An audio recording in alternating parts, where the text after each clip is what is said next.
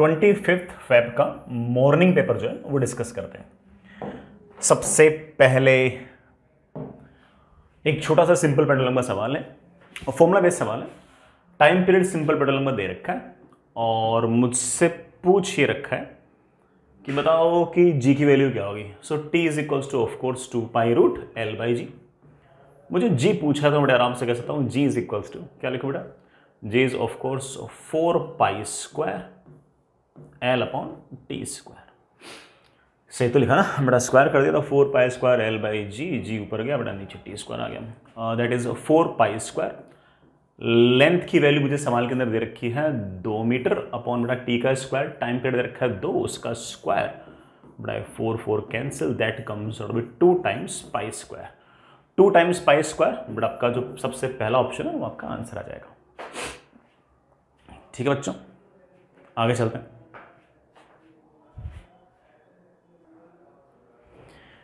हम बेटा next again बेटा बहुत ही स्टैंडर्ड से सवाल है, ठीक है।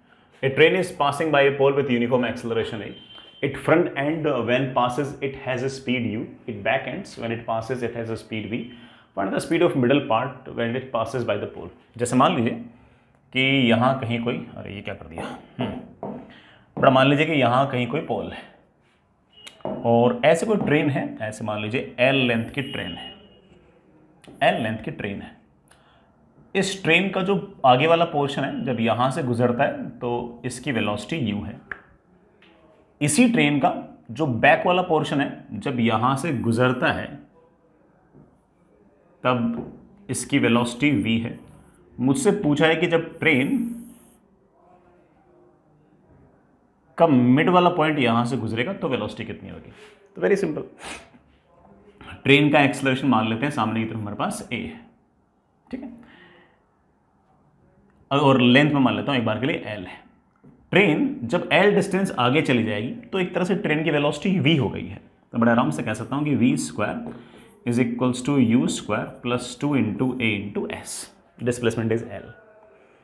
मुझे एक तरह से ट्रेन की वेलोसिटी तब निकालनी है, लेट्स से v' है, जब ट्रेन आगे की तरफ कितनी चल लेगी L/2। जब L/2 चल लेगी तभी तो मिड वाला जो पॉइंट होगा वो पोल के साइड से गुजरेगा। तो आप कह सकते हो कि v' का square is equals to u² plus 2 times acceleration into displacement. Displacement is L/2, that comes out be u² plus al।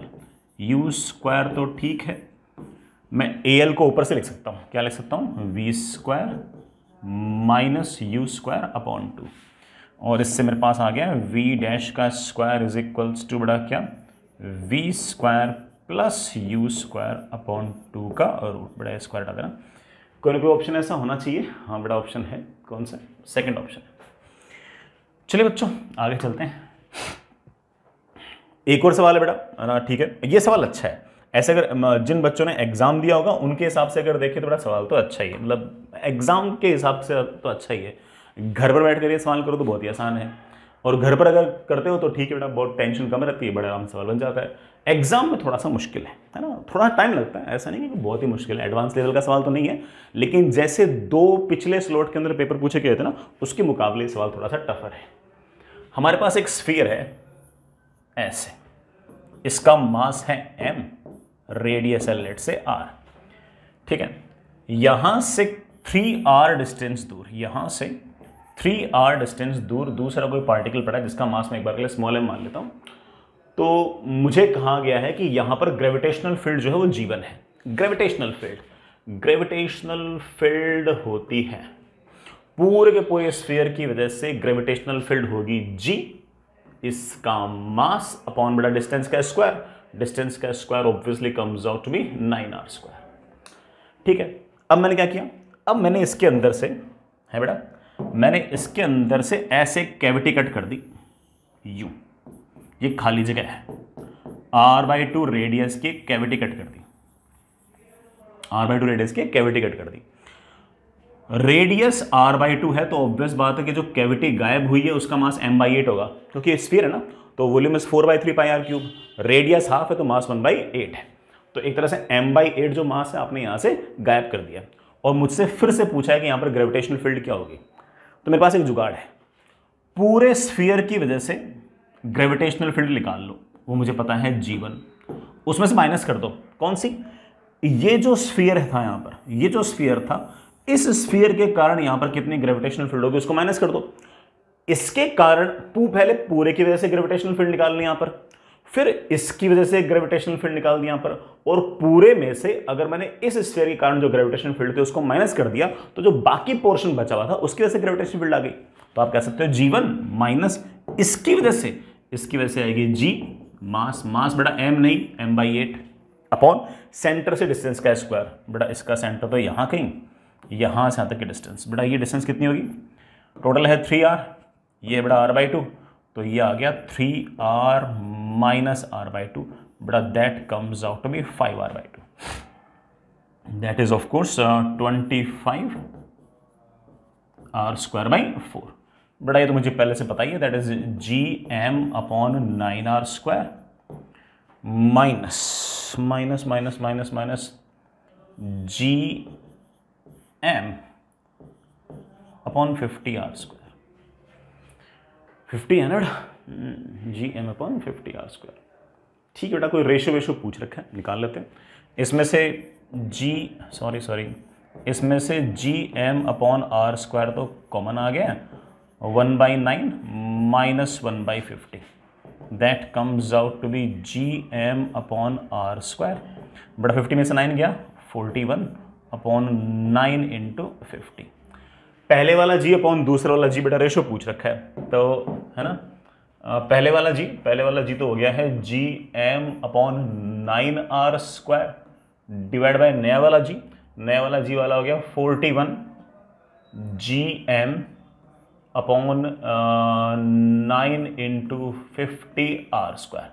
देखो Gm कैंसिल, r² कैंसिल, 9 से 9 कैंसिल, और आंसर आ गया है बेटा 50/41। 50/41 इज दिस आंसर। अब वैसे बेटा मैं इतना श्योर नहीं हूं कि यही ऑप्शंस थे क्या, ठीक है, क्योंकि ऐसा लगता नहीं कि ऑप्शंस होंगे, क्योंकि अगर यही ऑप्शंस थे ना फिर तो हमें इतना सब करने की जरूरत भी नहीं थी, हम देखते आंसर लगा देते। कैसे कि पहले पूरे स्फीयर की वजह से ग्रेविटेशनल फील्ड पूछी, और बाद में इस स्फीयर में से एक कैविटी निकालने के बाद ग्रेविटेशनल फील्ड पूछी। इसका मतलब पहले वाली ग्रेविटेशनल फील्ड ज्यादा थी, बाद वाली कम है, पहले वाली ज्यादा है, बाद वाली कम है, तो जो रेशो है 1 से बड़ा आना चाहिए। इन चारों में से सिर्फ और सिर्फ एक ही ऑप्शन है जो 1 से बड़ा है। अगर ये चार ऑप्शन थे तो पूरा का पूरा सोल्व करने की जरूरत नहीं थी, ठीक है। बाकी तो मैंने कर लिया, ये तो है तो स्टैंडर्ड सवाल है ना, हालांकि टाइम लगता है बट बेटा सवाल तो स्टैंडर्ड ही है ना। आगे चलते हैं बेटा, अगेन एक थोड़ा सा और इजी सा सवाल है। सुनिए बेटा, हमारे पास एक स्क्रू गेज है जिसके 8 डिविजन्स जो हैं वो तो पहले से ही है, मतलब उसके अंदर बेटा कोई ना कोई एरर वगैरह होगी, उसमें से 8 डिविजन्स तो पहले से ही है। अच्छा एक मिनट और, मुझे एक बात बोल रखी है कि स्क्रू गेज में जैसे जैसे मैं घुमाता हूं तो 100 टर्न्स घूमते हैं तो 1 मिलीमीटर आगे शिफ्ट होती है। तो इससे आप बड़े आराम से कह सकते हो कि जो आपका स्क्रू गेज है उसका लीस्ट काउंट होगा 1 millimetre upon 100, that comes out to be 1/100 millimetre. ठीक है बेटा, 8 डिविजन्स तो पहले से ही है। अब मैंने क्या किया कि उस स्क्रू गेज के बीच में बेटा मैंने छोटा सा कोई तार है ना वो इस तरह से दबा दिया, तार ऐसे दबा दिया। तार दबाने के बाद रीडिंग क्या आई है, तार दबाने के बाद रीडिंग ये आई है, when A copper wire is measured with it completes 1 rotation. पूरा घुमाने पर एक रोटेशन कंप्लीट हो गया, एक रोटेशन कंप्लीट हो गया मतलब 1 मिलीमीटर तो पूरा हो गया, प्लस 72 डिविजन्स और हो गए, 72 डिविजन्स तो और हो गए। अब एक्चुअली 72 डिविजन्स हुए नहीं है, 8 डिवीजन तो तब भी थे जब उस स्क्रू गेज के बीच में किसी प्रकार का तार था ही नहीं, तो उनको माइनस कर दो, और हर डिवीजन जो है वो 1/100 मिलीमीटर के बराबर है। तो 1 मिलीमीटर प्लस 72 माइनस 8 इज बेटा कितना 64, तो that is 0.64 millimetre, that comes out to be 1.64 millimetre.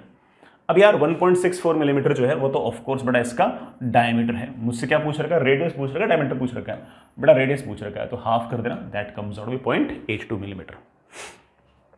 आगे चलो बच्चों, नेक्स्ट इज कुछ बेटा छोटे छोटे डायमेंशंस पूछ रखी है। अब देख लो यार डायमेंशंस में क्या कहूँ, काइनेटिक एनर्जी की डायमेंशन क्या होगी। काइनेटिक एनर्जी तो एनर्जी है उसकी डायमेंशन होगी M L T minus two. तो ए मैच करेगा क्यू से, ए मैच करेगा क्यू से, तो या तो आंसर 1 है या आंसर 3 है। ठीक है, मोमेंटम, मोमेंटम होता है mass into velocity, M L T minus 1। तो बड़ा बी मैच करेगा पी से, बी मैच करेगा पी से, तो दोनों में मैच कर रहे हैं। ठीक है, next is Planck's constant. Planks constant की डायमेंशन निकाल लेंगे। प्लैंक्स कांस्टेंट की डायमेंशन निकाल लिए तो आप कह सकते हो कि energy is equals to H into F. Energy की डायमेंशन हम जानते हैं M L two T minus two H. बड़ा प्लैंक्स कांस्टेंट की डायमेंशन, सॉरी फ्रीक्वेंसी की dimension of course T minus 1। मेरे पास बड़े आराम से एच की डायमेंशन आ गई है M L two T minus 1। Planck's constant की M L two T minus 1, तो बड़ा सी मैच करना चाहिए एस से, सी मैच करना चाहिए एस से, पहला आंसर आ जाएगा।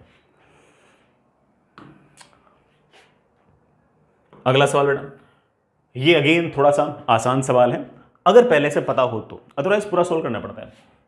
बड़ा इस तरह से कोई पार्टिकल है, सर्कुलर मोशन कर रहा है। ठीक है, ये ला लीजिए पार्टिकल, बड़ा ये मान लेते हैं रस्सी। हाँ, सबसे ऊपर वाले पॉइंट पर टेंशन टी है, चलते जाओ चलते जाओ चलते जाओ चलते जाओ। बेटा पता नहीं आपको याद है या नहीं, क्लास में करा रखा है, सबसे नीचे वाले पर टेंशन जो होती है वो टी प्लस 6 mg होती है। यहां पर टी होगी तो यहां पर टी प्लस 3 mg होगी, यहां पर टी प्लस 6 mg होगी। ठीक है, नहीं याद है तो आप निकाल भी सकते हो, हमने क्लास में कर रखा है। यहां पर मान लेता हूं मेरे पास जो वेलोसिटी है वो v है। मैं बड़े आराम से कह सकता हूं कि यहां पर जो टेंशन और जो यहां पर जो टेंशन है उनका रेशो 5:1 दे रखा है। मैंने उल्टा बोल दिया, यहां पर जो टेंशन है T plus 6 mg divide by यहां पर जो टी है इसका रेशो मुझे 5 दे रखा है। मैं बड़े आराम से लिखता हूं कि T plus 6 mg is equals to 5t, so t comes out to be 1.5 mg। लो बड़ा टेंशन पता लग गई है। ये जो m मास का पार्टिकल है इस पर कौन से फोर्स है, mg तो है ही है, 1.5 mg और है, नीचे की तरफ नेट फोर्स हो गया 2.5 mg, and this net force must be equals to mass into velocity v है, तो सेंटर की तरफ एक्सेलरेशन आना चाहिए v square by R, v square by R. बड़ा m से m कैंसिल हो गया, बड़ा v की वैल्यू आ गई है रूट ऑफ 2.5 gr, तो दैट इज 5/2 टाइम्स gr। बड़ा दोनों का ऑप्शन होना चाहिए 5/2 टाइम्स gr। बड़ा मैंने रेडियस r ले लिया, वैसे l दे रखी है, तो आपका थर्ड आंसर आ जाएगा, दैट इज 5/2 टाइम्स जीएल का रूट। चलिए बच्चों, नेक्स्ट इज, ये बड़ा अच्छा सवाल है ना, इसमें हो सकता है कि बच्चे फंसे भी हों। सवाल वैसे दिखने में लगता है कि कर देंगे, लेकिन हो सकता है कि बच्चे इसमें फंसे भी हों। मैं भी कर देता हूं। Find out net current. Net current मतलब ऑफ कोर्स बेटा इस बैटरी में से current at T is equals to 0 and steady state. T is equals to 0 पर ऑफ कोर्स बेटा inductor is going to behave like a broken wire, obviously.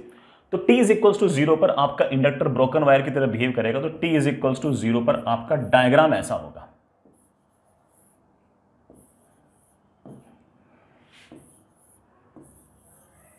ये बड़ा कितना 5, ये कितना 1, ये बड़ा कितना 5, ये कितना 4।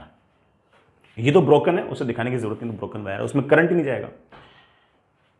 ये ईएमएफ ई है, ये 5 और 1, ये 5 और 1, ये बड़ा 5 और 4। ये जो इंडक्टर लगा रखा है ये आपका ब्रोकन वायर है, बड़ा वहां पर कोई करंट जाएगा नहीं। अब यहां से करंट यूं जाएगा, इसका कुछ हिस्सा इधर कुछ हिस्सा इधर। ये 5 और 1 बड़ा दोनों सीरीज में है 6, ये 5 और 4 बड़ा सीरीज में है 9, ये 6 और 9 आपस में दोनों पैरेलल हैं, तो आप कह सकते हो कि आर इक्विवेलेंट आएगा 9 into 6 upon 9 plus 6, that is 54 upon 15, that is 18/5। तो ये जो करंट आएगा बड़ा that will be EMF divide by R equivalent. R equivalent is 18/5, तो शुरुआत वाला करंट आएगा 5e/18, 5e/18, 5e/18। या तो आंसर 1 है या बड़ा आपका आंसर 4 है। अब देखो दूसरा वाला हल्का सा मुश्किल है, तो किसी बच्चे ने अगर मान लो कि 1 और 4 तक कंक्लूड कर लिया हो तो वो तुक्का भी मार सकता है, लेकिन हम तो बड़ा पूरा करेंगे, अपने लिए इतना टफ नहीं है। स्टेडी स्टेट में आपका यही inductor will behave like A short wire. कैसे बिहेव करेगा, शॉर्ट वायर की तरह बिहेव करेगा, और जैसे ही शॉर्ट वायर की तरह बिहेव करेगा कहानी बदल जाएगी बेटा।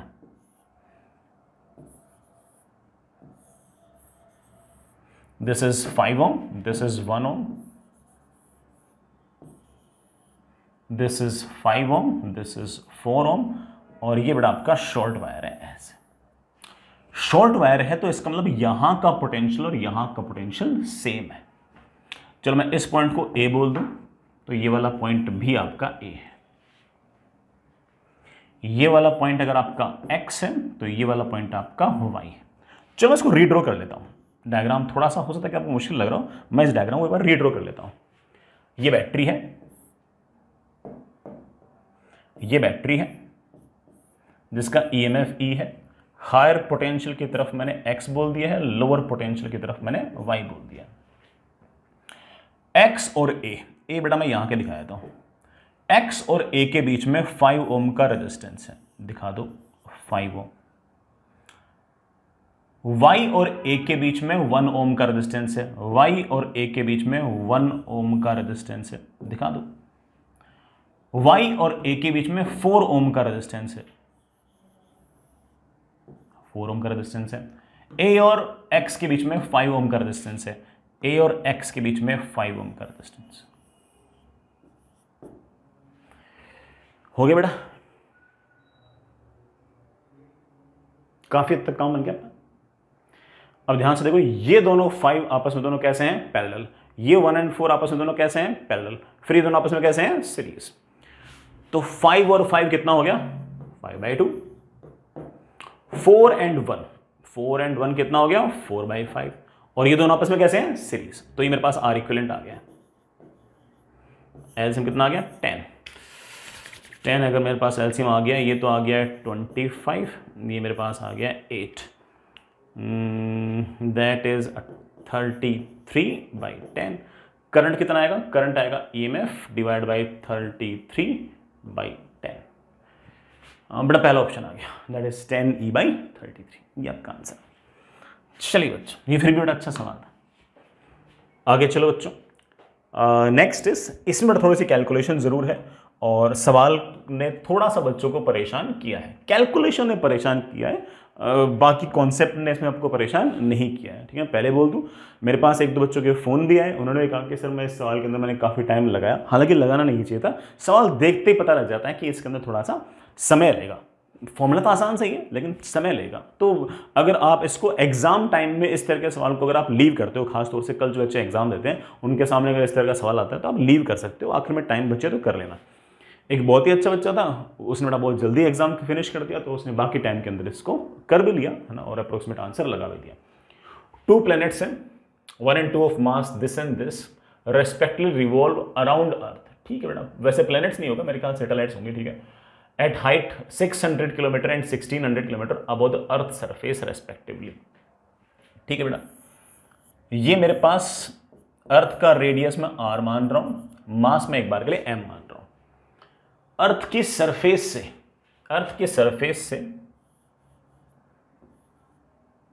r डिस्टेंस दूर एक सैटेलाइट है, ऐसे घूम रहा है, उसका टाइम पीरियड पूछा है।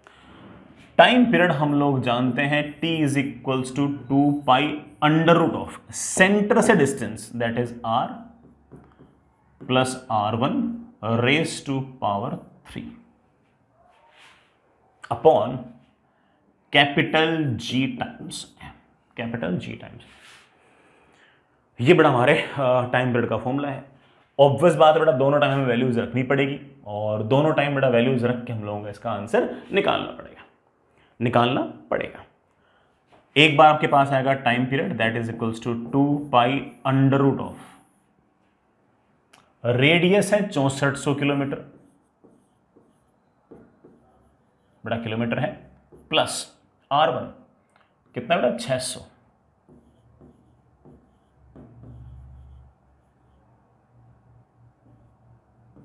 की पावर 3 अपॉन G। अगली बार बेटा T2 that is 2π under root of बेटा वही 6400 किलोमीटर प्लस बेटा सरफेस से डिस्टेंस कितनी है? 1600 किलोमीटर की पावर 3 अपॉन G है। मुझे बेटा सवाल के अंदर T2 माइनस T1 निकालना है। ऑफ कोर्स बड़ा कैलकुलेशन है, आपको बड़ा T2 माइनस T1 आपको निकाल लेना। हालांकि बेटा मैंने सॉल्व कर रखा है, अगर मेरी कैलकुलेशन सही है तो शायद बेटा ये वाला आपका आंसर है। हालांकि वैल्यूज काफी नजदीक भी है, तो कैलकुलेशन थोड़ी सी एक्यूरेटली करोगे बेटा तभी जाके आंसर आएगा। I am not that sure, but preferably बेटा मेरे ख्याल से आपका आंसर ये है। फिर भी आप एक बार है ना कैलकुलेटर से भी चेक कर लेना, ठीक है। आगे चलिए बच्चों, नेक्स्ट बहुत ही बढ़िया सवाल हमने क्लास में कर रखा है और मजे की बात है बेटा कि हमने भी मोर और लेस शायद सिलिकॉन के लिए ही किया था। सुनिए बच्चों, if you place a battery of 5 volt between x and y where x is made positive, बेटा x को हायर पोटेंशियल पे रखना है और y को लोअर पोटेंशियल से। x को अगर हायर पोटेंशियल रखूंगा तो ये तो रिवर्स बायस होगी, यहां से तो कोई करंट जाएगा नहीं, ये आपकी फॉरवर्ड बायस होगी, ठीक है। Then find current through the cell, diode is made of silicon. मैंने आपको क्लास में बता रखा है और एग्जैक्टली ये वाला सवाल करा रखा है। सिलिकॉन जो होता है उसका नी वोल्टेज मैंने आपको क्लास में अगेन बड़ा बता रखा है कि 0.7 वोल्ट होता है। तो ये जो आपका 5 वोल्ट है इसमें से 0.7 वोल्ट तो सिर्फ और सिर्फ इस सिलिकॉन के बैरियर को क्रॉस करने में ही गायब हो जाएगा। I hope you do remember the values. तो यहां से 5 अगेन बेटा ये क्लास के ही एग्जांपल आपके, इस 5 वोल्ट में से 0.7 वोल्ट तो सिलिकॉन के बैरियर को क्रॉस करने में या फिर नी वोल्टेज को क्रॉस करने में ही गायब हो जाएगा। तो आपके पास बचेगा सिर्फ और सिर्फ कितना बेटा 5 minus 0.7 that is 4.3 volt. Resistance बेटा कितना है 10 ohm, so current comes out be 0.43 ampere. जो बच्चे बेटा ये नी वोल्टेज यूज नहीं करेंगे वो बेटा सीधा का सीधा ही है ना वो बेटा 5/10 कर देंगे, तो बेटा उनका आंसर गलत भी आ सकता है। हालांकि इनमें कोई ऑप्शन नहीं दे रखा, लेकिन किसी बच्चे ने मुझे भी कहा कि सर 0.5 भी ऑप्शन था, बाकी आई डोंट नो, आपको बेटर पता होगा। तो answer comes out be 0.43 ampere, ठीक है। आगे चलते बच्चों, next if pressure is constant in thermodynamic process then find the ratio of change in internal energy, heat given and work done. ठीक है, आसान से काम है। Change in internal energy is NCV dt, that is of course F/2 nR dt।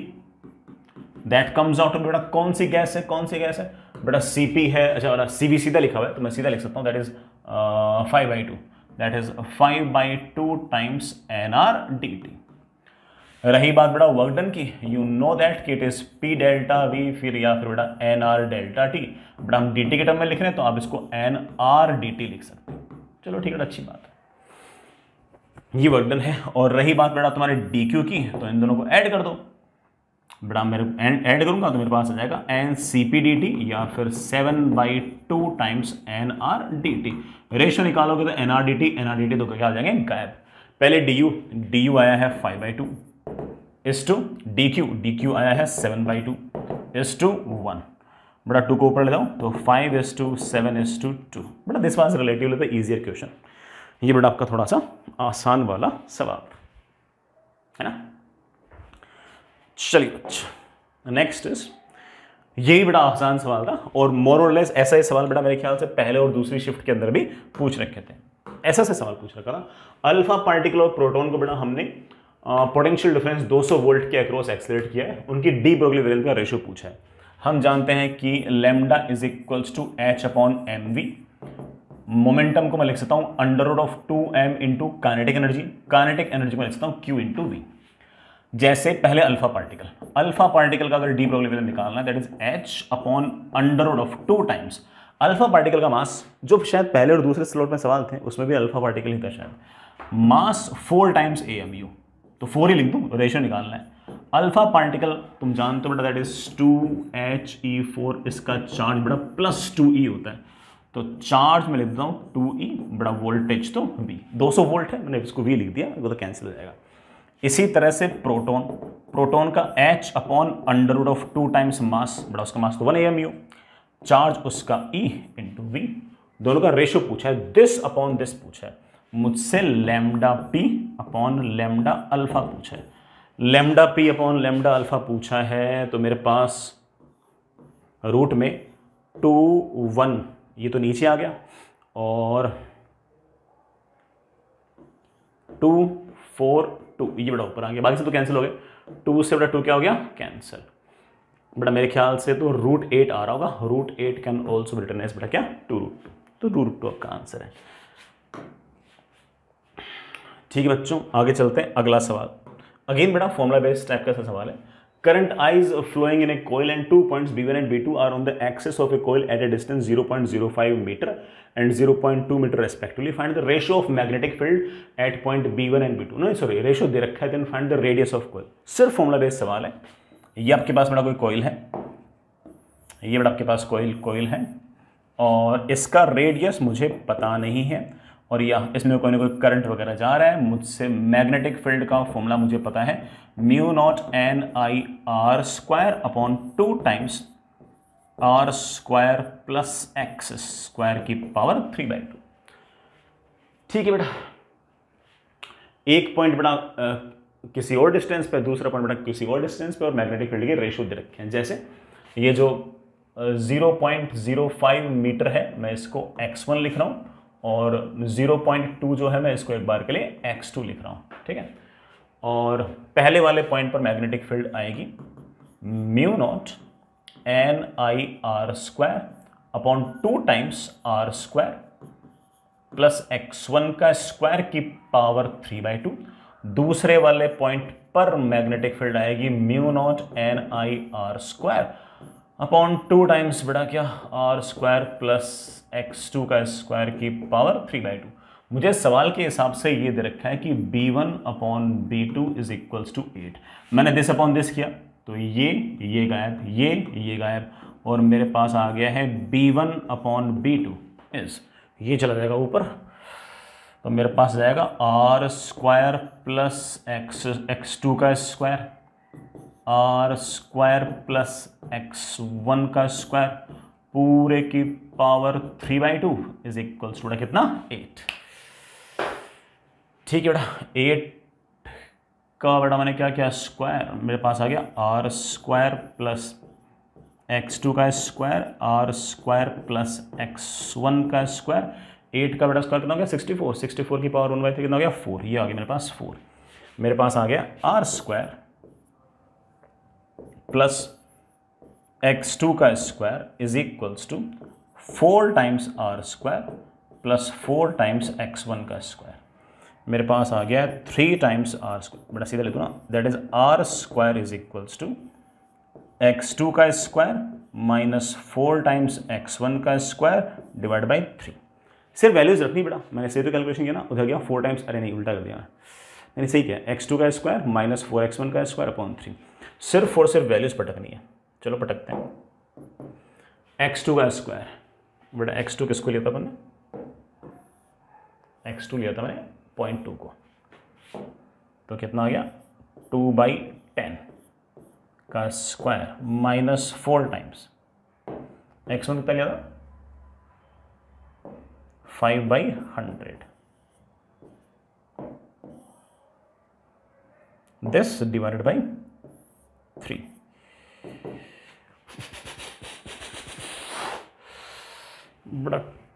That is 4 upon 100 minus 4 into बड़ा 25, अच्छा ये 25 upon 100 into 100, बड़ा ये 100 तो कैंसिल ही हो गया. 4/100 माइनस 1/100 कितना हो गया 3/100, but that comes out to 1/100. मेरे पास आर स्क्वायर आ गया है 1/100, तो बड़ा आर की वैल्यू आ गई है 1/10, तो आर मेरे पास आ गया 0.1. ऑफकोर्स बड़ा ऐसा यूनिट, तो पहला आंसर आ गया 0.1 मीटर, ये हमारा आंसर है. आगे चलिए बच्चों, ये अच्छा हाँ पिछले सवाल के लिए बोल दो, कैलकुलेशन बड़ा टफ थी. ठीक है, कैलकुलेशन टफ थी. ये तो ठीक है, मैंने कर रखा है इसलिए फास्ट हो गया. अदरवाइज बच्चा जब क्लास में करता ना, तो क्लास में क्या एग्जाम में करता, उसे टाइम लगता है यार. ठीक है, हालांकि वैल्यूज वैसे बुरी नहीं थी सवाल के अंदर, बट कैलकुलेशन टाइम टेकिंग तो थी. 5-1 मिनट तो सवाल को लग जाते हैं यार, है ना. जैसे बाकी स्लॉट में बिना कोई खास कैलकुलेशन के भी पूरा पेपर निपट गया था, लेकिन इस अटेम्प्ट के अंदर सवालों में कैलकुलेशन थी. फॉर्मूला तो आसान था, लेकिन कैलकुलेशन थी ना यार. अगला सवाल, बड़ा अगले सवाल के अंदर ये जो सवाल में जो वैल्यूज लिखी हुई, इसमें एक हल्का सा बड़ा चेंज कर लेना.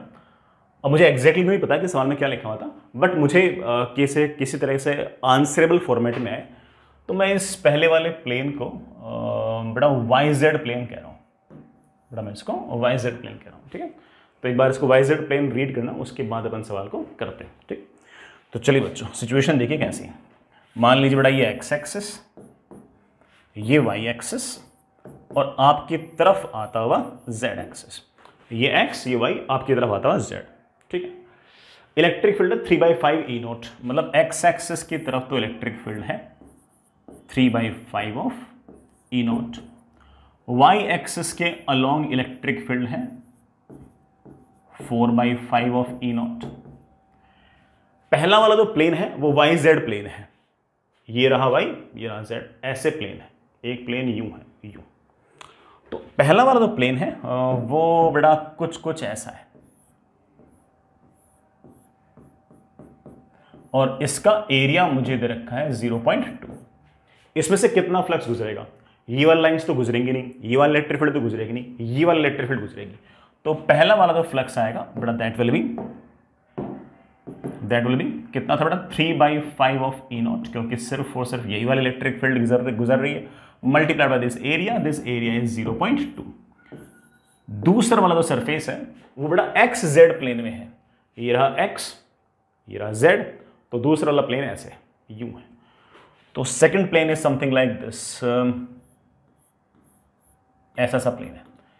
अब ऑफ कोर्स इस प्लेन में से ये वाला इलेक्ट्रिक फील्ड तो गुजरेगी नहीं, सिर्फ और सिर्फ ये वाला इलेक्ट्रिक फील्ड गुजरेगी, और ये वाला इलेक्ट्रिक फील्ड है 4/5 of E not multiplied by ये वाला एरिया है 0.3। दोनों ना रेशियो पूछ रखा है, ई नॉट गायब, पॉइंट से बड़ा पॉइंट गायब, दैट कम्स आउट बाई 5 से 5 गायब, that is 6 divide by 8, that is 6 divide by 12, that is 6 divided by 12. It can also be 3 divided by 1, so the ratio comes out to be 3. बड़ा मुझसे ये वाला ratio पूछ रखा था, ratio comes out to be 3। ठीक है बेटा, बात तो बेटा समझ में आई गई होगी।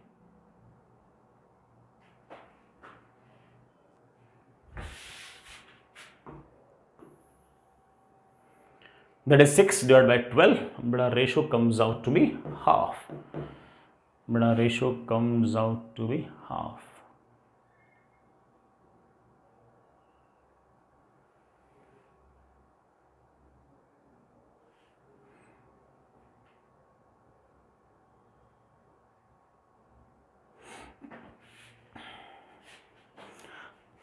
चलो बेटा आगे चलते हैं। बड़ा बाकी तो तुम एक बार चेक कर लेना कौन सा कैसे कैसे पूछ रखा था। बड़ा बाकी अपना रेशियो तो इस तरह से 6/12 या फिर हाफ आया। हो सकता है बेटा वो सेकंड 2/5 ने पूछा तो उस केस में 2/1 आ जाएगा, डिपेंडिंग ऑन कौन सा पूछा। चलिए बेटा ये सवाल अच्छा है। हमारे पास इस तरह के सवाल हैं कि एक ट्यूनिंग फोर्क है जिसकी फ्रीक्वेंसी है 504 hertz, is used as a sound source of resonance column tube experiment। बड़ा resonance column tube experiment I really hope कि बेटा आप लोगों को याद होगा, मैंने अगेन क्लास के अंदर पढ़ा रखा है। हैविंग डायमीटर 6 सेंटीमीटर, डायमीटर दे रखा है, इसका मतलब जरूर एंड करेक्शन का कोई ना कोई रोल है। वी नो दैट कि एंड करेक्शन, बड़ा एंड करेक्शन क्या होता है बड़ा हम लोगों को एग्जैक्टली आइडिया है भी इस बात का। एंड करेक्शन बेटा of course 0.6 times of radius रहती है, दैट इज 0.6 टाइम्स आर, बड़ा आर आ गया 3 सेंटीमीटर, तो the end correction is 0.8 centimetre, sorry 1.8 centimetre. ठीक है, अच्छी बात है। द जीरो स्केल जब मीटर जो है मीटर स्केल यहाँ लगा रखी है, यहाँ से आप लेंथ मेजर कर रहे हो। ठीक है, what is the reading of the metre scale for the first resonance. सबसे पहले जब रेजोनेंस बनेगी तो बड़ा याद करो कि यहां कहीं आपके साउंड वेव का नोड और यहां कहीं एंटी नोड, और यहां से यहां तक का जो सेपरेशन है बेटे दिस इज ऑफ कोर्स λ/4, जिसमें से ये आपका एंड करेक्शन है ई। मुझे पता है कि this λ/4 plus e should be your actual length L. ये बड़ा हमारी लेंथ होनी चाहिए, ये बड़ा हमारी लेंथ होनी चाहिए λ/4। सॉरी उल्टा लिख दिया बेटा, मैंने उल्टा लिख दिया, वापस से लिखता हूं। यहां से यहां तक जो डिस्टेंस है λ/4, this λ/4 should be equal to ये लेंथ जो हमें मेजर करनी है प्लस आपका एंड करेक्शन। ठीक है सर, लैम्डा कैसे निकालूं बेटा? Lambda is of course v/f minus e is equals to your L. सिर्फ उससे बड़ा वैल्यूज रखनी है, सेंटीमीटर में आंसर चाहिए ले आएंगे। वेलोसिटी मुझे दे रखी है 336, 4 टाइम्स बड़ा फ्रीक्वेंसी मुझे दे रखी है 504 माइनस एंड करेक्शन, बड़ा एंड करेक्शन मुझे 1.8 सेंटीमीटर दे रखा है। मैंने बड़ा ये मीटर में लिखा है तो इसको मैं एक बार मीटर में लिख देता हूँ। सो मुझे आंसर सेंटीमीटर में चाहिए, बड़ा आंसर सेंटीमीटर में चाहिए तो मल्टीप्लाई विथ 100, ठीक है। ये हमारा आंसर आना चाहिए। बड़ा L comes out to be 336 upon 4 into 504, बड़ा सेंटीमीटर में चाहिए तो मल्टीप्लाई विथ 100 माइनस 1.8। बड़ा करना जरा कैलकुलेट क्या क्या आंसर आता है।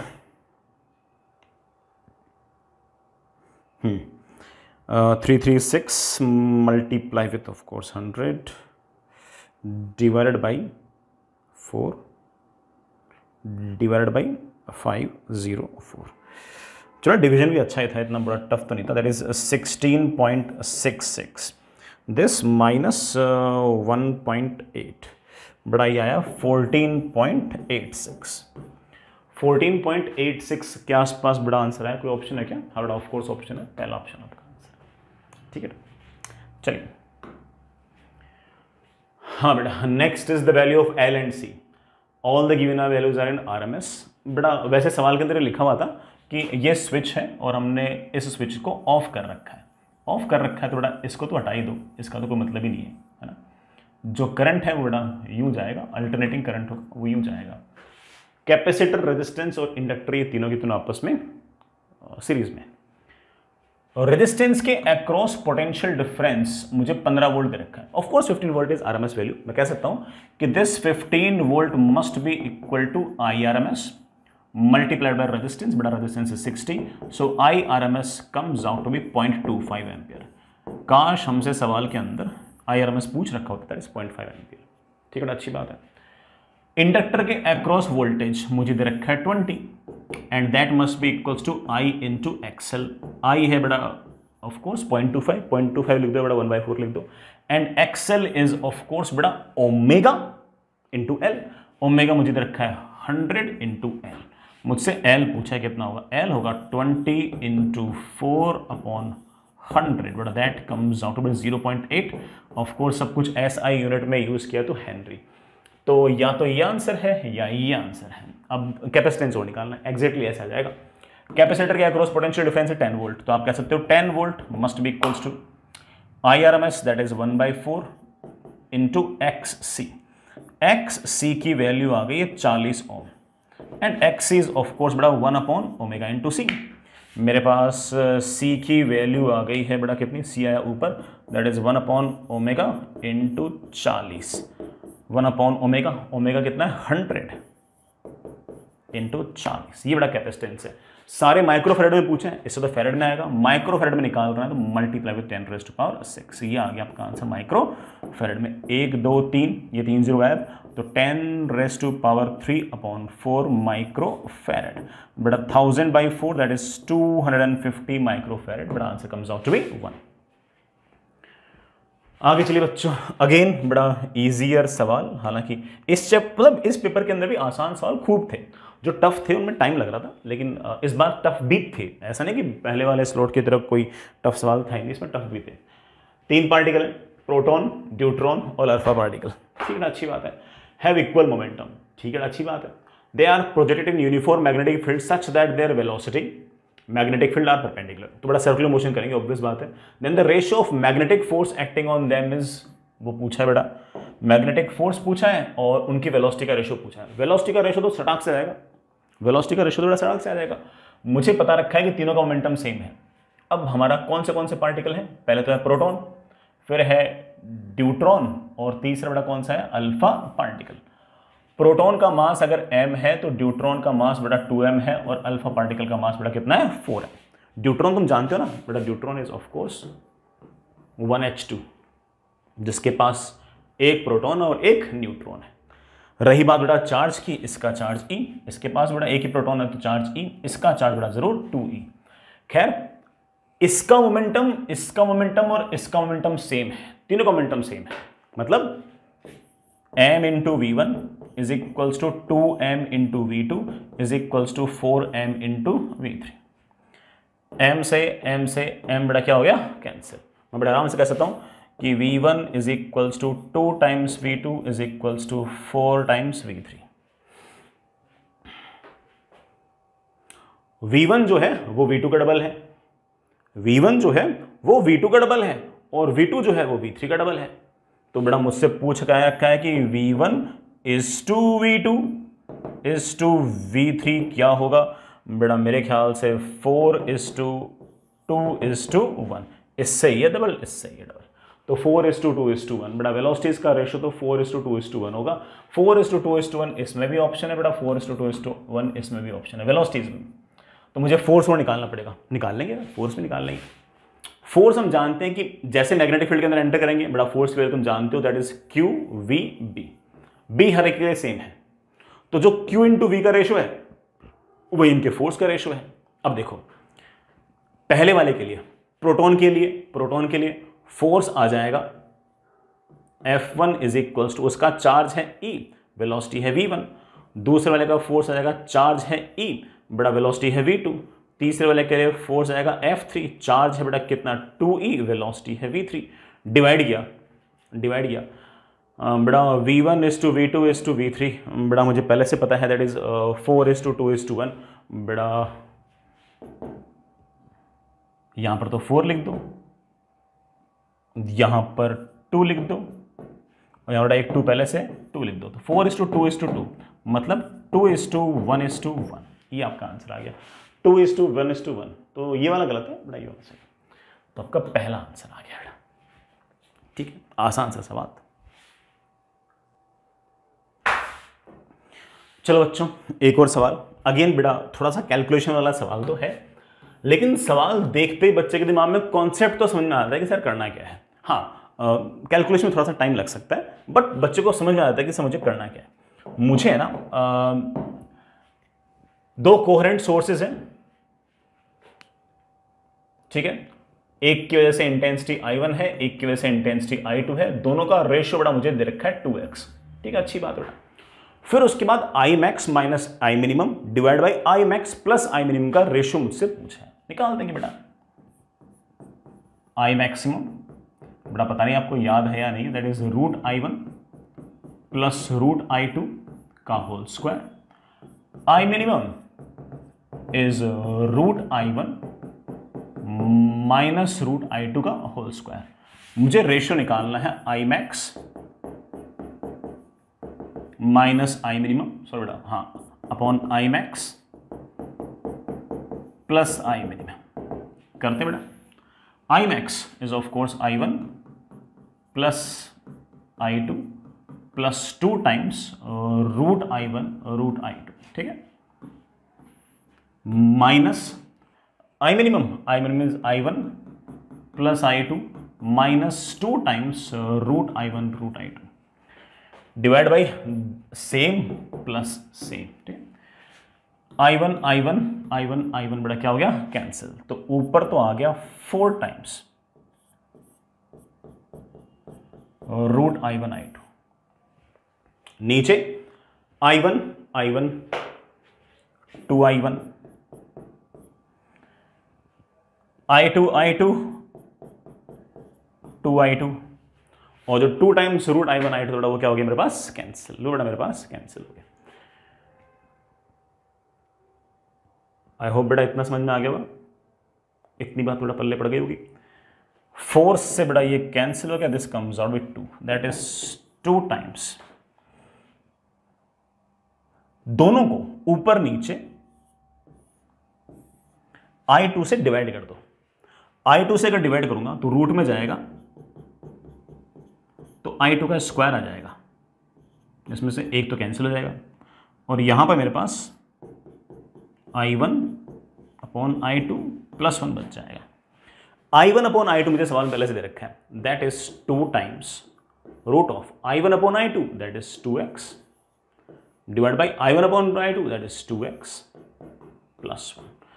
ऐसा कोई ऑप्शन होना चाहिए बेटा, that is 2 root 2x 2 root 2x upon 2x plus 1, बेटा कौन सा ऑप्शन आएगा, पहला ऑप्शन आएगा। आगे चलते हैं, चलिए बच्चों अगला सवाल, हाँ, frequency of a wave to be modulated, बड़ा जिस वेव को मुझे मॉड्यूलेट करना है उसकी फ्रीक्वेंसी मुझे 2 किलोहर्ट्ज दे रखी है। अच्छी बात है बेटा, वो मुझे 2 किलोहर्ट्ज दे रखी है, अच्छी बात है बेटा। जो कैरियर वेव है उसकी फ्रीक्वेंसी मुझे 1 मेगाहर्ट्ज दे रखी है। 1 megahertz can also be written as 1000 kilohertz, ठीक है। The frequency range in which signal operates, frequency range जिसके अंदर बड़ा ऑपरेशन हो रहे हैं, सिखा रखा तुम लोगों को, याद भी रखा है, ग्राफ बना रखा आप लोगों ने। सबसे लीस्ट फ्रीक्वेंसी जो आएगी वो आएगी FC माइनस FM, फिर बीच में एक फ्रीक्वेंसी आती है FC और हायर फ्रीक्वेंसी आती है FC प्लस FM। ये हाईएस्ट फ्रीक्वेंसी, ये लोवेस्ट फ्रीक्वेंसी, इन दोनों के बीच की रेंज पूछिए बेटा। दैट रेंज माइनस करोगे तो 2 टाइम्स FM, और रेंज आ गई 2 टाइम्स FM, तो बेटा कितनी आ गई है 4 किलो हर्ट्ज। तो ये तो सही है, कौन सा? पहला तो सही है, पहला बिल्कुल सही है, पहला बिल्कुल सही है, पहला बिल्कुल सही है। The side band frequencies are, हाँ बेटा साइड बैंड फ्रीक्वेंसी मतलब जो लोवेस्ट फ्रीक्वेंसी और जो हाईएस्ट फ्रीक्वेंसी है वो लोवेस्ट फ्रीक्वेंसी होगी FC minus FM, FC minus FM बेटा माइनस करना कितना हो गया 998 किलो हर्ट्ज। हाईएस्ट फ्रीक्वेंसी होगी बेटा this plus this, that is 1002, बिल्कुल सही बेटा। दूसरा वाला स्टेटमेंट भी सही है, पहला वाला स्टेटमेंट भी सही है, और मुझसे पूछ रखा है कि यार reason is a correct explanation of assertion. Second वाला जो स्टेटमेंट है पहले वाले का क्या करेक्ट एक्सप्लेनेशन है? बिल्कुल है। इन दोनों के बीच का जो डिफरेंस है यही तो बेटा आपका वो 4 किलो हर्ट्ज था, ठीक है बेटा, एक्सप्लेन कर रहा है, कोई दिक्कत नहीं। आगे चलिए बेटा, a rod is kept, a freely kept rod is heated, बेटा एक रॉड है ऐसे पड़ी है, हमने इसका टेम्परेचर जो बढ़ा दिया तो इसकी लेंथ बढ़ गई। हमने इसको कोई पकड़ के तो रखा नहीं है तो लेंथ तो बढ़ेगी यार। No thermal stress is generated, बिल्कुल सही बात है, किसी प्रकार की कोई थर्मल स्ट्रेस नहीं होगी। पहला वाला स्टेटमेंट बिल्कुल सही है, इसको पकड़ के रखते ना तब तो ऑफ कोर्स कोई थर्मल स्ट्रेस वगैरह आती है। When rod is heated then it expands, जब भी हीट करते हो थोड़ा एक्सपेंड करती है, सही बात है बेटा।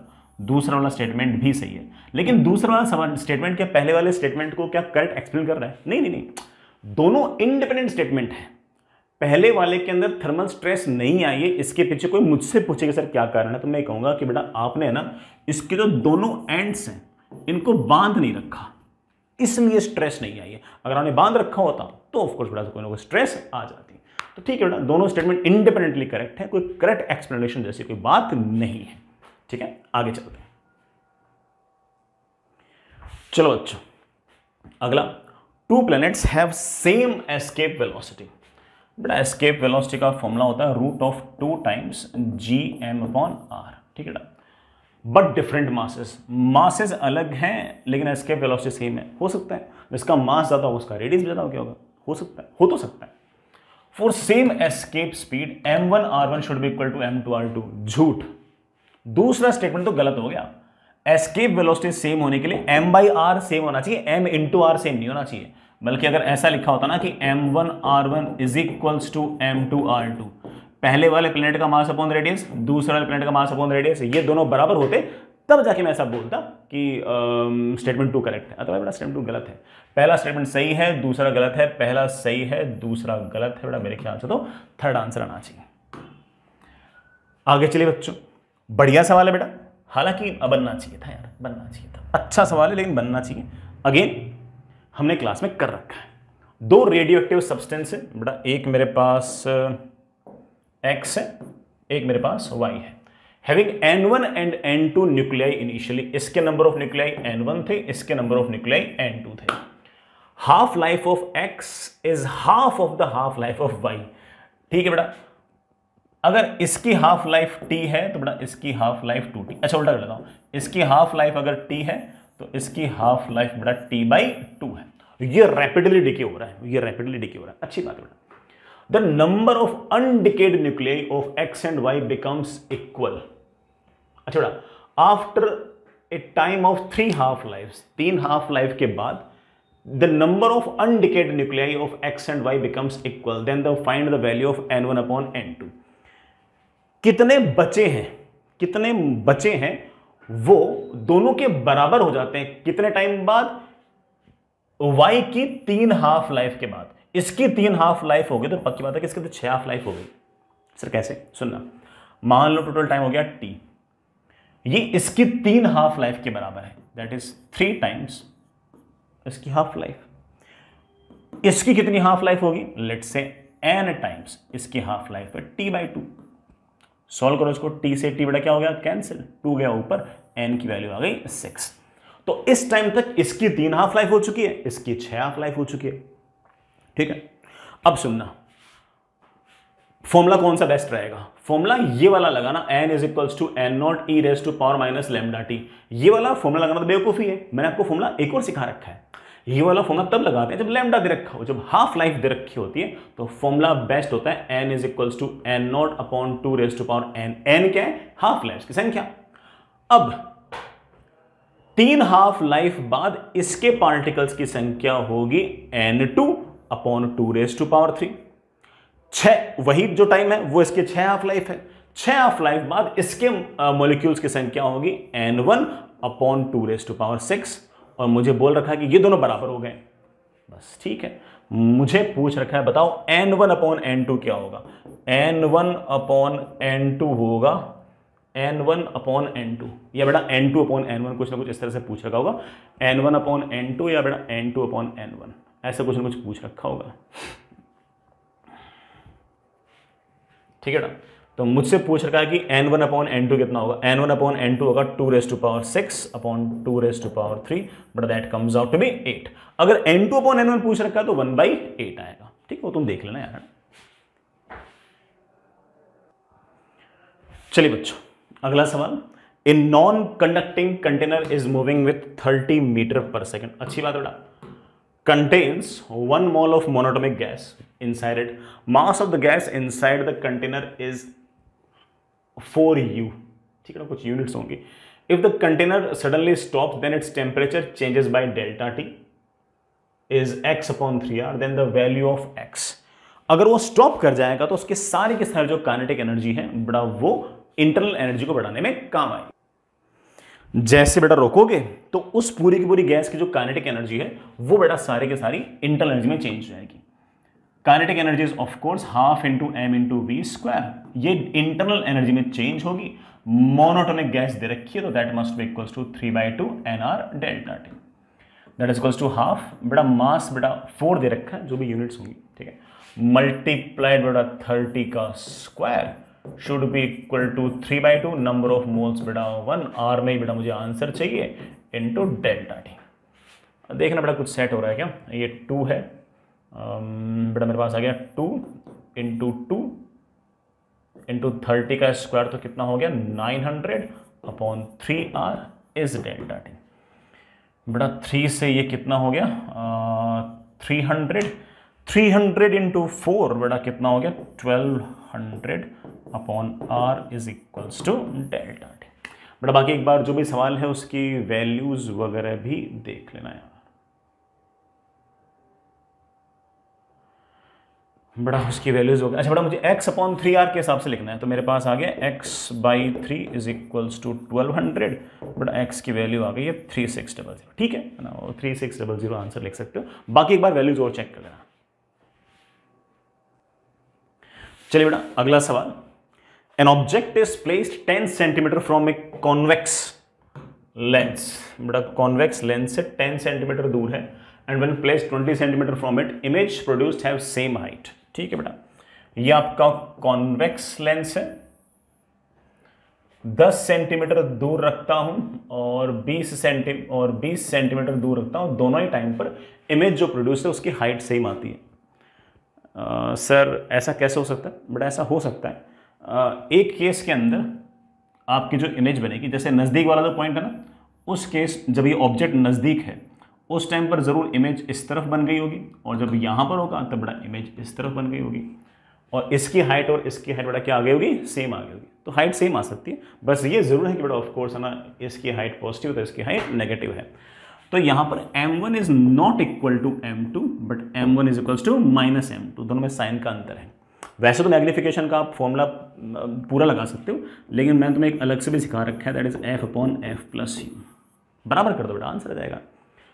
पहले वाले केस में f upon f plus u, object है 10 सेंटीमीटर दूर तो -10 should be equal to, minus तो बड़ा है ही, f upon f plus u, बड़ा यू कितना है -20।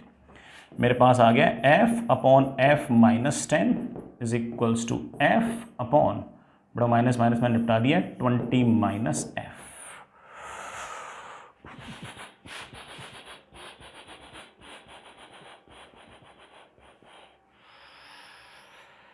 ठीक है बेटा, इसको सॉल्व कर लो, बेटा इसको सॉल्व कर लो। मेरे पास आ गया है 20f minus f square is equals to f square. अच्छा बेटा, एफ से एफ कैंसिल हो गया ना, मैं इतना क्यों सोच रहा हूं। मेरे पास आ गया है f -10 is equals to 20 minus f. मेरे पास आ गया है 2f इज इक्वल्स टू 30, बड़ा f comes out to be 15। बड़ा फोकल लेंथ आपके पास 15 सेंटीमीटर आ जाएगी। आगे चलो बच्चों, next is a transmitter circuit was used for transmission of EM waves with wavelength. बड़ा वेवलेंथ मुझे दे रखी है 960 metre. If capacitor use in the circuit is, बड़ा कैपेसिटेंस भी मुझे दे रखा है, दैट इज 2.56 माइक्रोफैराड।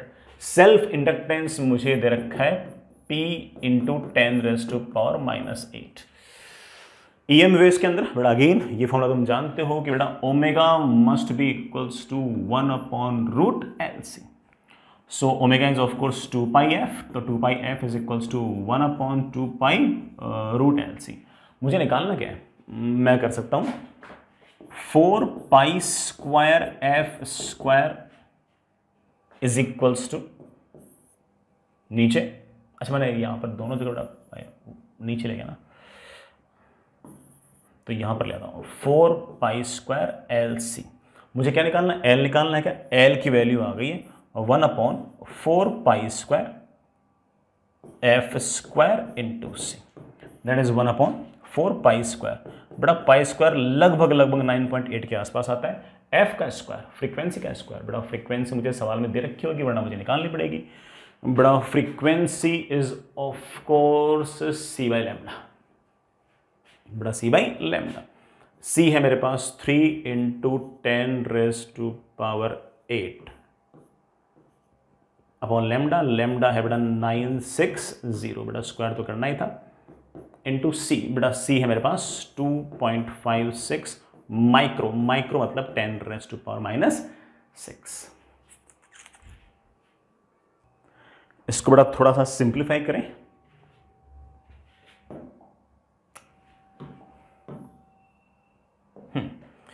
तो मेरे पास L आ गया 96, बड़ा 100 में अलग लिख देता हूं, बड़ा 4 ठीक है, 9.8 ठीक है, 9 ठीक है, 10⁻16 ठीक है, बड़ा 10⁻10 लिख रहा हूं, उसको मैं निपटा रहा हूं, मल्टीप्लाई विथ 2.56, ठीक है। ये 10⁻10 जैसे ही ऊपर गया तो 100 पहले से था, 10⁻⁻8 हो गया।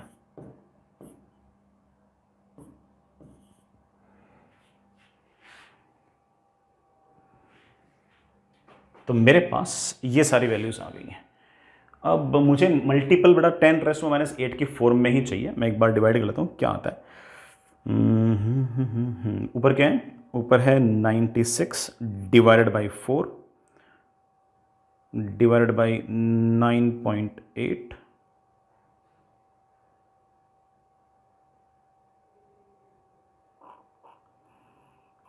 बड़ा एक 96 और है, स्क्वायर था ना, डिवाइडेड बाई 9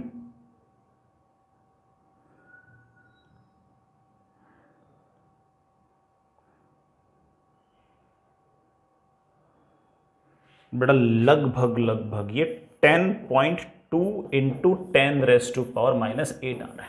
अब 10⁻⁻8 थोड़ा पहले से दे रखा है, मेरा आंसर बड़ा 10.2 हो गया, शायद इंटीजर था तो 10 लगाना था आपको। ठीक, आगे चलिए बेटा, कैलकुलेशन तो थी यार इसमें ना। चलिए next is in a thermodynamic process pressure P and volume V are related like this, P V की power -3 is equals to Q। The initial temperature was 100 degree Celsius, अच्छी बात है बेटा। Final temperature is 300 degree Celsius. Then work done in the process is x times nr। बड़े आराम से कर देंगे, तो पॉलीट्रोपिक प्रोसेस है। पॉलीट्रोपिक प्रोसेस के अंदर हम जानते हैं कि P V raise to power a is equals to constant अगर है तो उसके वर्क डन का फॉर्मूला होता है n R delta T upon 1 minus a. सिर्फ वैल्यूज पुट करनी है, n R delta T is change in temperature final minus initial.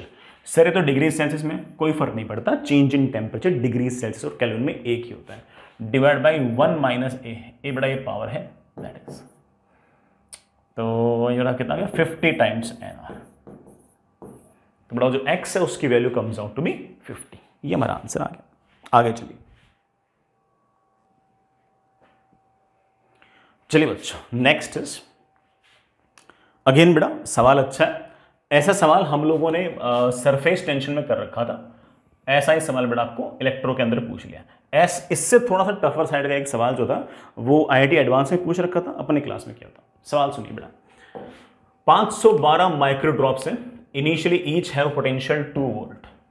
मेरे पास लेट से एक ड्रॉप है जिसका रेडियस है लेट से स्मॉल r, ठीक है, और एक का चार्ज है लेट से q, तो उसका पोटेंशियल हो गया k q अपॉन r, और ये मुझे 2 वोल्ट दे रखा है। ऐसी 512 मर्करी ड्रॉपलेट्स को मैंने जोड़ा तो ऑब्वियस बात है कि एक बड़ी ड्रॉपलेट बन गई,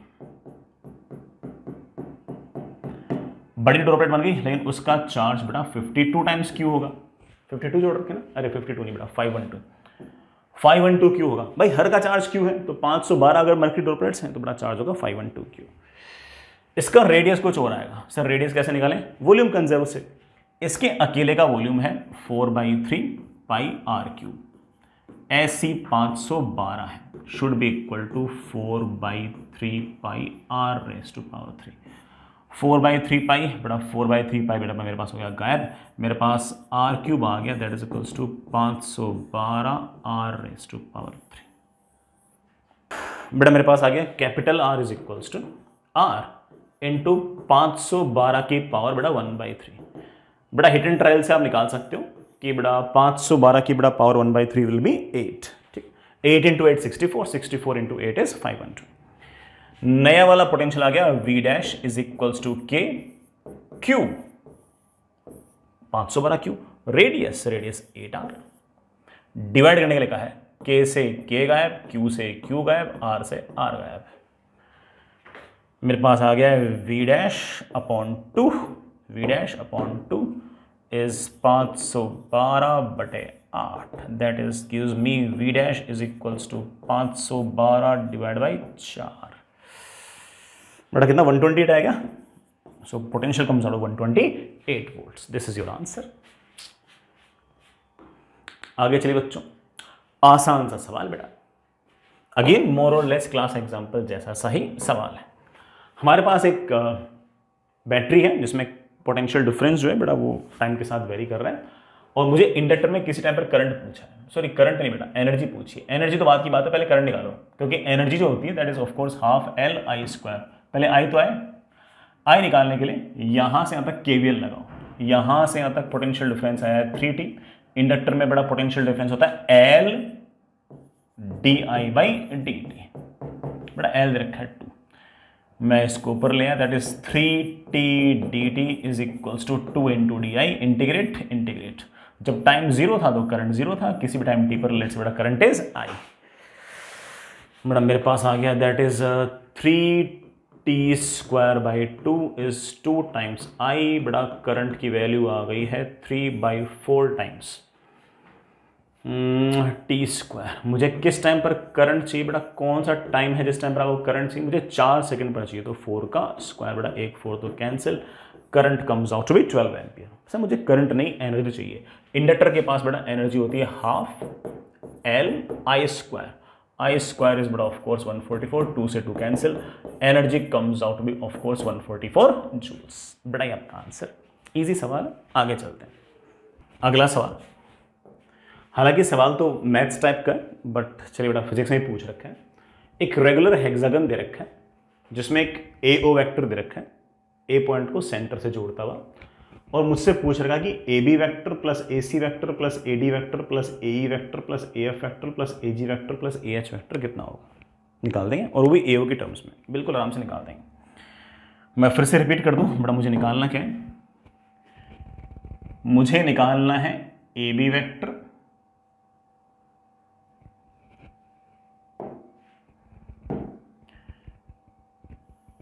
plus A C vector plus A D vector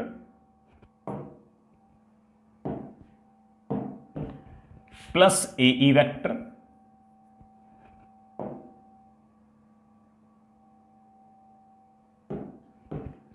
plus A F vector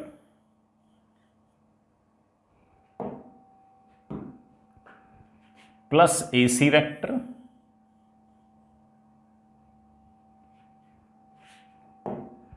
plus A H vector. मैंने बेटा कलर्स भी जो यूज किए जानबूझ के किए, ठीक है, सुनना। शुरुआत करते हैं सबसे पहले ए ई वैक्टर की, थोड़ा कम विजिबल है, देख अच्छा यहाँ नहीं बताऊँ, सबसे पहले ए ई वैक्टर से काम चलाता हूँ।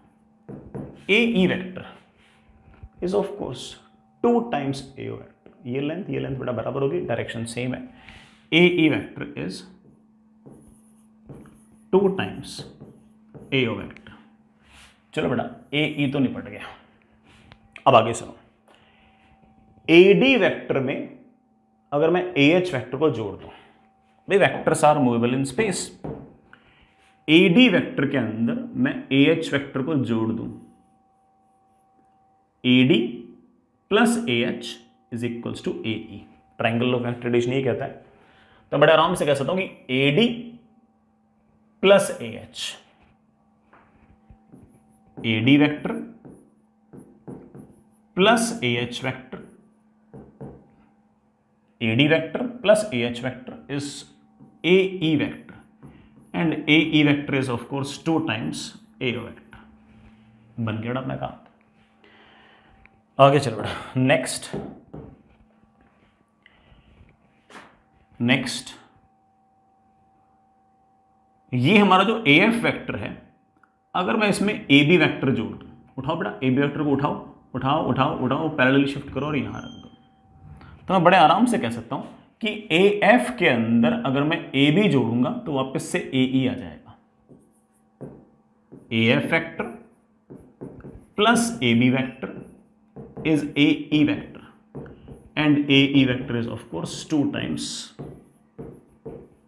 a o vector। हो गया बेटा, तो कौन कौन निपट गए, ए एफ और ए बी, ए एफ और ए बी, ये भी निपट गए। अब देखो ए सी और ए जी और देख लो, कौन से ए सी और ए जी और देख लो। ए सी वैक्टर के अंदर अगर मैं ए जी वैक्टर को यूं उठाकर यहां लगा दूंगा तो वापस से ए सी प्लस ए जी को उठाओ यहां लगा दो, A C plus A G is A E, A C vector plus A G vector is equals to again A E vector, and that is equals to 2 times A O vector. मुझे this plus this plus this plus this चाहिए, it should be equal to this plus this plus this plus this. बेटा कितना आ गया, 8 times A O vector. बेटा x की value पूछिए, x times A O vector, x की value comes out to be 8 हमारा आंसर आ गया। ठीक,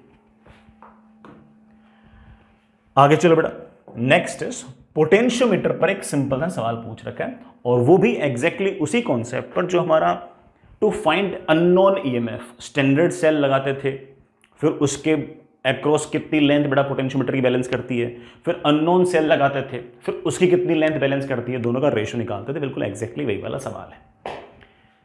पहले मैंने अगर मैंने स्विच ऑन किया, लेट से बेटा इवन स्विच ऑन किया, इवन स्विच ऑन करने पर बैलेंसिंग लेंथ जो आई है सवाल के हिसाब से वो यहां आई है। सर कितनी लेंथ है देखना बेटा, ये 1 मीटर दे रखा है, तो 100 सेंटीमीटर 100 सेंटीमीटर 100 सेंटीमीटर प्लस ये 100 पूरा था, उसमें से 20 माइनस कर दो तो 80, 100, 200, 300 और 80। मैं बड़े आराम से कह सकता हूं कि हमारी जो इवन बैलेंस हुई है, इवन बैलेंस हुई है कितने लेंथ पे? 380 पे। तो x इंटू L1, x बड़ा हम पोटेंशियल ग्रेडियंट शब्द यूज करते थे, शायद आपको याद हो। खैर कोई बात नहीं, इसका कोई खास यूज नहीं। अब E2 कितने बैलेंस हुई है? E2 बड़ा कितने बैलेंस हुई है चेक करते हैं। E2 वाले केस में यहां की बैलेंस हुई है, तो 100 सेंटीमीटर, 200, 300, 400, 500, 600, 700, 60, ये 60 हो रहा है। E2 is equals to x times 760। मुझसे बड़ा E2 अपॉन E1 पूछा है, डिवाइड करूंगा तो दैट इज 760 अपॉन 380, बड़ा दैट कम्स आउट विद 2। वैसे मैं डायरेक्ट भी आता कि E2 upon E1 is equals to balancing length L2 upon L1। तो बड़े आराम से हम इस तरह से सारा का सारा काम निपटा सकते थे। आगे चलिए।